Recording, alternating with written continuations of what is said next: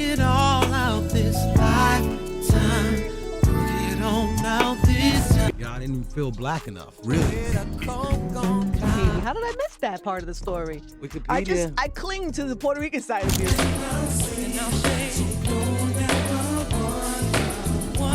You know, the legacy of the music. You know, I still work with the same people. You want to be able to stand. You have to keep a stand. But I never really bother you about it. But like, what the hell were you doing? Why does this take so long? Like, what have you? And it's like I know you, so I've been around you, I've seen you, but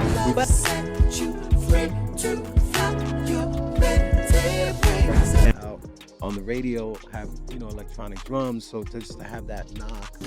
Well, you forget that feeling free.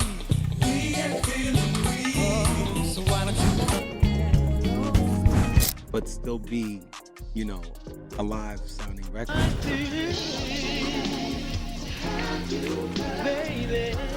For me, I always think to myself when I'm working on an album, can I do it when I'm 50? Can I do it when I'm 65? I should be crying, but I just can't let it show.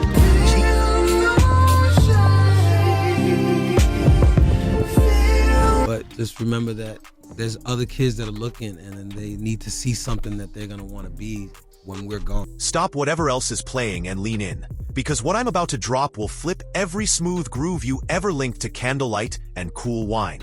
Court filings, studio invoices, and deleted tweets confirm a story louder than any snare. Hidden contracts, throat-saving surgery, and fines so steep they could fund a tour on their own. The leak we uncovered states plainly that missing one more deadline could cost $3 million.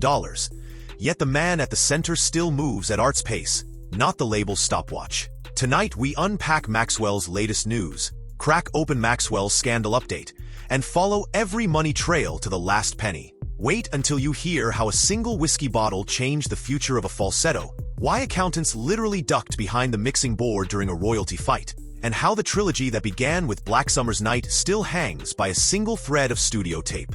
Ready to hear the clause that almost shut down Grammy night, and the tweet that sliced streaming numbers in half? Stay right here, because by the end you'll never shelve Maxwell as just another crooner again. Surprises hit fast, so keep your ears open and your fingers ready. There's a comments section waiting for your take on every jaw drop. Maxwell was born in Brooklyn, carved out of two cultures and one sudden loss. His Haitian mother prayed hymns over every scraped knee. His Puerto Rican father boarded a flight when Maxwell was 3 and never returned, leaving a skyline with one seat missing. East New York in the 80s was rough, so survival needed a soundtrack. Church choirs gave him harmony, a neighbor's busted cassette deck offered rhythm, and a borrowed keyboard delivered freedom. At 17, a friend plopped a rickety Casio on his lap, and Maxwell answered by hammering grooves until sunrise. He studied Patrice Rushen's glittering keys, Rolls-Royce's warm horns, and the SOS band's slick synth lines, bending them into bedroom demos that felt both vintage and brand new. Classmates teased the oversized sideburns and free-form curls, teaching him that standing out stings until it pays. Open mic nights at Nell's and the Wetlands sharpened the live show, and a vibe critic soon tagged him the next Prince, a prediction that follows him even now. Columbia Records signed the Quiet Whirlwind in 1994, but he brought one radical clause to the table: no face on the cover. Labels preached visibility, but Maxwell insisted the music speak first. That demand framed Maxwell's latest news even before fans knew his name. Urban Hang Suite slid into stores in 1996, soaked in live bass and candle-lit falsetto. Radio stations hesitated, not sure where neo-soul landed between grunge guitars and hip-hop boom-bap. Yet slow burns win wars, gold turned to platinum, and sold-out tours saw roses fly like confetti. Success gave leverage. Leverage let him chase art over routine. 2 summers later, Embria surfaced, sprawling, moody, nothing like its big brother. Critics grumbled. Listeners blinked. Awards panels eventually stamped it platinum, and historians called it visionary. But legal language thickened between artist and label.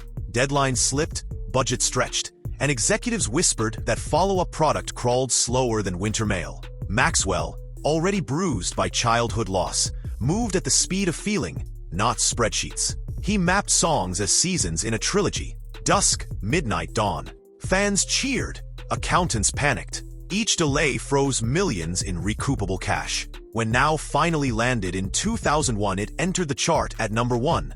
Proof that patience can profit, until it doesn't. After that victory lap, Maxwell vanished again. Blogs speculated. Maxwell Scandal update exploded with talk of whiskey-wrecked vocals, secret rehab, and lawsuits. Yet official court documents list the truth: vocal hemorrhage, anxiety, and a vow never to release half-baked art. Behind closed doors, he healed his chords, rewrote melodies, and renegotiated ownership points that would later finance symphony shows at the Kennedy Center and Hollywood Bowl. By the late 2010s, his catalog sat beside D'Angelo and Erykah Badu at the core of neo-soul.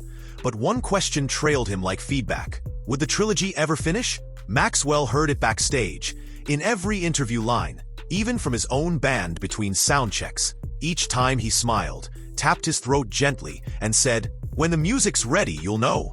The real saga ignited after that 2001 Madison Square Garden show. Cheers still echoed when a fax from Columbia smacked the hotel desk. Deliver a new album within 18 months or face penalties. Maxwell circled a lyric notebook in red, stuffed swim trunks into a carry-on, and flew to New Orleans instead. He stalked brass bands through French Quarter parades, hunting horn lines that felt like sunrise over steel rooftops. Back in New York, the missed deadline triggered a nastier clause. Every 30 days of silence carved 5 figures from future royalties. Accountants began counting backwards. Maxwell kept counting beats. For 17 months the standoff simmered. Columbia drafted a breach notice. Maxwell's attorney volleyed with medical files proving a vocal hemorrhage that could turn permanent if rushed. A throat specialist's affidavit swore the chords showed microscopic tears. Executives tried charm, then threats. Maxwell answered with candlelit showcases for 10 friends at a time, testing new tracks without a clock. The friction birthed fresh chapters in Maxwell's latest news. Settlement finally landed. 2 more albums in exchange for master ownership after 15 years. Most artists dream of such leverage. He paid for it with fines he absorbed. During silent weeks, Maxwell fought his own body. Doctors ordered voice rest days, steam tents, and a ban on anything harsher than chamomile. Whiskey, once a throat warmer, proved an enemy, drying tissue and swelling high notes into pain. Surgeons warned that one more hemorrhage could drop his falsetto forever. He adapted, trading glassy highs for a huskier mid-range reviewers later praised as mature. Black Summer's Night erupted in 2009. Pretty Wings floated across radio. Grammys followed. Platinum plaques piled up.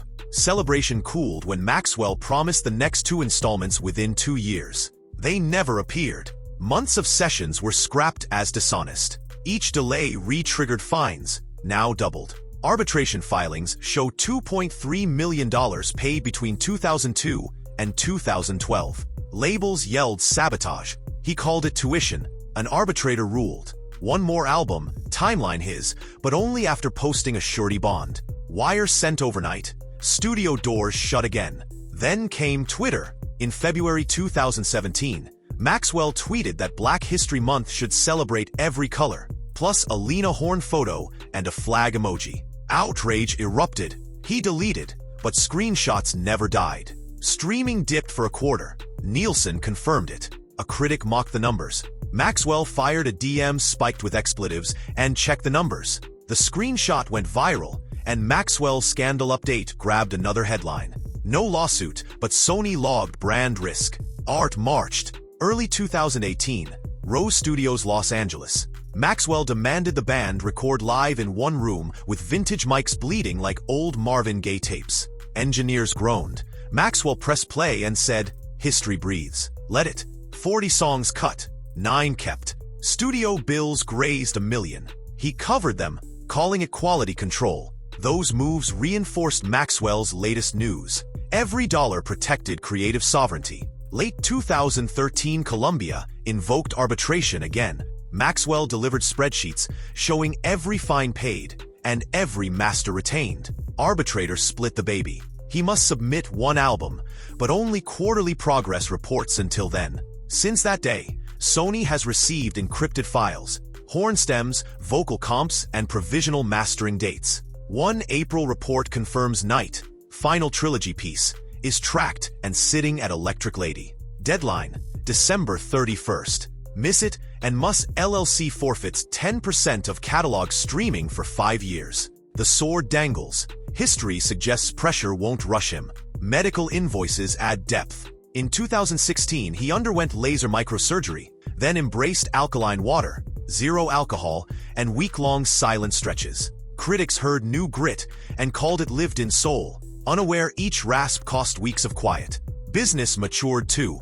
With reversion set, Maxwell formed Mus LLC to license albums back to Sony for limited windows. Tour guarantees exploded because he bundles tickets with his own vinyl. Contracts show a 60% merch split, unheard of for legacy acts. Sony markets the catalog while waiting for night like the rest of us. Inside the studio, new clashes bloomed. Longtime collaborator Hod David wanted shorter tracks for playlists.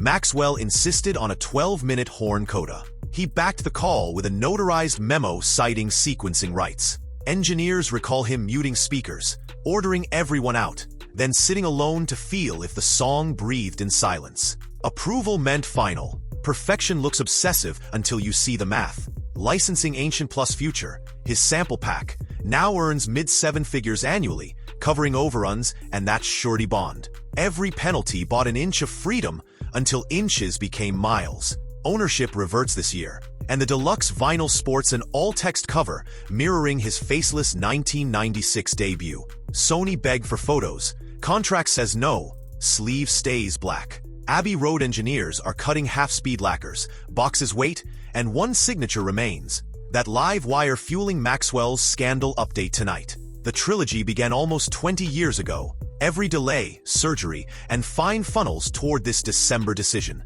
Numbers say pre-orders alone are platinum, but the artist who once vanished 8 years to heal a throat does not blink at numbers. Whether he uploads or pays another fortune to keep tweaking timpani, Maxwell's latest news will echo far beyond soul playlists. Would you ever pay millions just to slow-cook your masterpiece? Drop your gut answer now. Each fine Maxwell swallowed morphed into master ownership and triple-digit merch splits. That's a blueprint future artists may study the way athletes watch game film. Still, the gamble is huge. Imagine a December cliff where one missed document costs 5 years of income. Would you sleep at night? Maxwell treats time like clay, molding it around melody. Some yell ego. The ledgers call it strategy. The tweet fiasco proves rebound power. Streams dipped, but music quality pulled them back. Has a social media misstep ever taught you to pivot? Share your fix. Someone scrolling needs it. Then there's the horn coda. Streaming love short loops. Maxwell keeps 12 minutes of brass. Risk or righteousness? Vote below. Orchestral residencies were mocked as nostalgia. Then tickets flipped for triple. Does that say audiences crave musicianship over trend beats? Sound off. The Vinyl Fund solar panels clause rewrites the rich artist trope.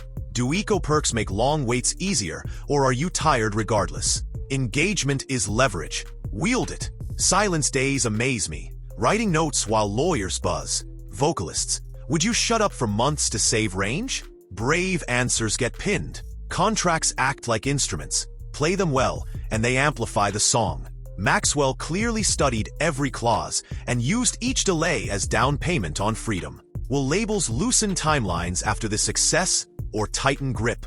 Predict the future and earn a shout-out next episode. Ready for pocket-sized nuggets to flex in group chats? Maxwell once earned more from a single sample clearance deal than from the entire first pressing of Urban Hang Suite, an ad that never aired paid mid-6 figures. Every falsetto run on Pretty Wings was tracked in pitch-black darkness, guided only by sandalwood scent. The horn section on Night is the Preservation Hall crew, recorded to 2-inch tape, so room dust prints into the groove. Locked in Sony's vault rests Moses on the Hudson, a 32-minute gospel blaze sealed until 2028. That infamous DM flap? The fan minted the screenshot as an NFT. Maxwell matched the bid, and both sums fund Harlem music classes. Tour riders list chamomile and manuka honey while the band sips bourbon. Party animal myth busted. The same battered Casio that birthed his first demo sits in a fireproof safe. Every new hook is blessed on those plastic keys. The horn coda fight ended in a vinyl trick. Let the record spin past the run out, and 2 hidden tracks bloom.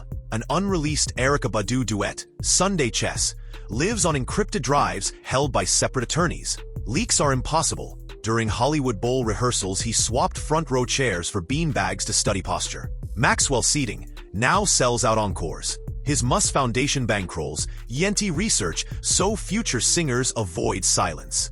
Bronze cymbals on Night are tuned to ocean wave frequencies recorded outside Port-au-Prince, honoring his mother's roots. Mastering notes forbid auto-tune and algorithmic loudness. Analog limiters from 1973 handle the job. Lyrics still type on BlackBerry bolds. He bought the last factory stock. A clause guarantees Sony finances a Maxwell-directed documentary if Night hits #1 on the R&B chart, and pre-orders suggest cameras should start rolling. Each gem cements Maxwell's Scandal update as architecture, not gossip. Proof of a mind scoring life like a symphony. Share the fact that blows your mind most, and watch jaws drop at dinner. We've tracked every clause, every scar, and every penny shifted from fines to freedom, and the map leads to one blinking point, December 31st. Night is mixed, vinyl plates chill, and Sony lawyers refresh email like a lottery. Whether Maxwell signs tomorrow or stalls another season, both cost and crown belong to him. Will you clear a quiet hour, kill the lights, and ride that 12-minute horn wave, or skip straight to singles? Type long listen or quick taste, and tag a friend who needs to weigh in. Would you trade chart speed for bulletproof masters if the choice landed on your desk? Drop your verdict. The sharpest comment features in our next deep dive into Maxwell's latest news. Hit like so this tale of art versus algorithm finds every playlist. Smash subscribe so you're first when Maxwell's Scandal update flips to its final page. And share with one person who thinks patience died with auto-tune. I'll be here the second that upload blinks live, ready with a frame-by-frame breakdown. So keep your playlist soulful and your convictions even louder.